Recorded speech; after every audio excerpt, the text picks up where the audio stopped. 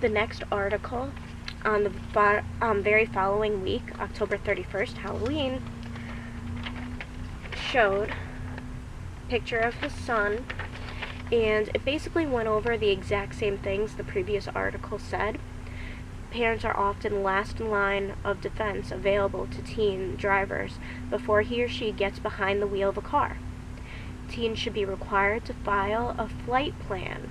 I like the way that it's worded, a flight plan, and get permission from the tower or you before taking off. Exactly where the teen is going, the route to be taken, a contingency plan in case that route is blocked or what have you, and a time for the trip to get there and to return. I know cell phones means, oh, I can call mom and dad whenever I get there and whenever I choose to leave. That's fine with me.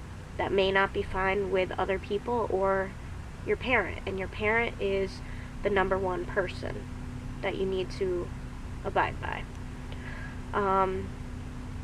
The kind of preparation can literally save a teen's life. And I've seen too many articles lately that talk about losing lives of teenagers. They lack the experience, puts them at a distinct disadvantage on the road. The onset of sudden changes like a downpour, icing, or fog-like conditions could be detrimental. My first time on the road, when these things happened, I freaked out. I was going a different route I was not used to. I was in the left-hand lane, and immediate snow, rain, freezing rain, what have you, came on. I don't really remember. I freaked out. I pulled into the shoulder on the left-hand side and stopped dead. This is the worst thing that anyone can do, I've heard. But if I can't see, I don't feel comfortable going and coming into an accident. If I am parked in the shoulder, I think that I'm the safest person, because that's not where I'm supposed to be. That's not where most cars will go. And if they do go, they'll rear-end me versus me rear-ending them. But that was my thought process, and I'm not sure if it was the best. Everybody says don't do it. The types of passengers that are allowed in the car that a teen is driving is put into law and needs to be followed. And the teen parent driver agreement, I've gone over this 3 times. So now I'm going to finish it up. Listen closely. Number 1, tell your parent where you are going.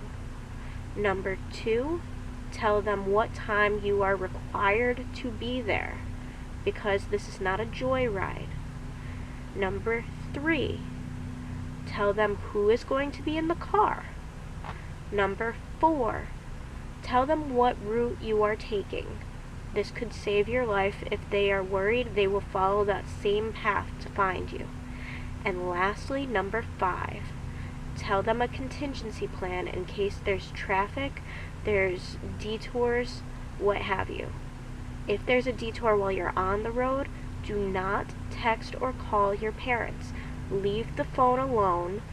You can pull over somewhere safe and then call, but not when you're driving on the road. That's all that I have to say from our author there. On October 29th, an article in the Hartford Courant talked about siblings trying to curb the habits of their older siblings. These were 10 and I want to say 12-year-old. Yep, a 10 and 12-year-old, Olivia and Henry Cribble, who did not want their siblings or anyone else to have dangerous driving, and they created signs. Stop texting, we see you. It's kind of like a game, and I love the idea of turning it into a game for younger kids, because when they get older, they know not to do it. So we're starting them young, which is what every interventionist says to do. Start them young. They ran out of the signs because they couldn't keep up with the demand, every student needs to have at least one, or every child needs to have at least one, maybe even adults, to show them modeling is the greatest thing. So, stop texting. We see you. Here's the last article, and it kind of brings it full circle back to my idea of driving at night and being tired drivers. It says, tips for safe driving in the dark, and it's written from Jennifer Gierger on cars.com, and I got this from the cars section of the Hartford Courant. So, it'll be harder to see and easier to fall asleep at the wheel, especially after a long day of work. We know this. The tips that she has listed and bulleted, I love that. Check all vehicle lights to ensure they work properly. Check your mirrors and make sure they're crack-free. So, duct tape is not the best solution. Make sure they're crack-free so they don't fall out and you can use them. Number 3, make sure your vehicle's headlights are aimed properly. Number 4, use the night setting on your rearview mirror to avoid glare.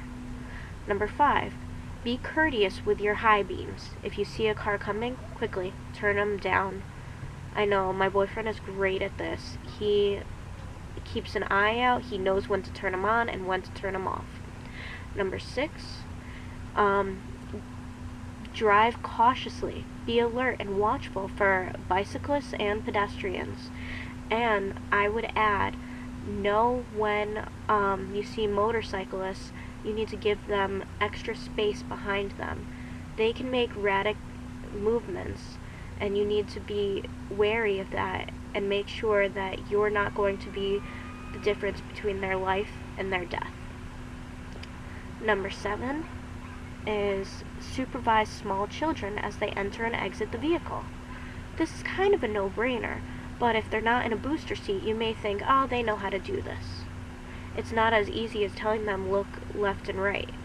It could be as easy as when we pick up my boyfriend's son, tell him get off out of the car on the side closest to the grass, not the side closest to the street. 8, make sure to remove sunglasses at dusk. Some drivers forget this. I know when I started driving and I wanted to avoid glare, I put my sunglasses on. They are up here on my little visor clip, but I didn't want to take my hands off the wheel to take them off my face. If I had a passenger, please take my glasses off and be quick about it. And if I didn't have a passenger, they stayed on. I wanted my hands at 10 and 2 unless I was turning the wheel. Number 9, keep your eyes moving from side to side while driving instead of focusing on the center line of the road ahead. This keeps your eyes adjusted to the dark and helps avoid highway hypnosis.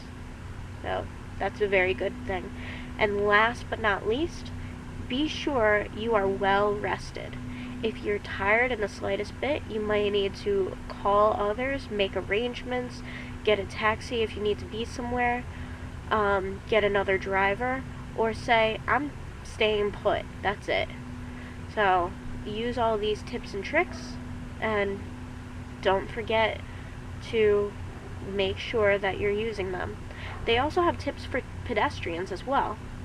Wear brightly colored clothing or reflective gear so that you're illuminated to headlights.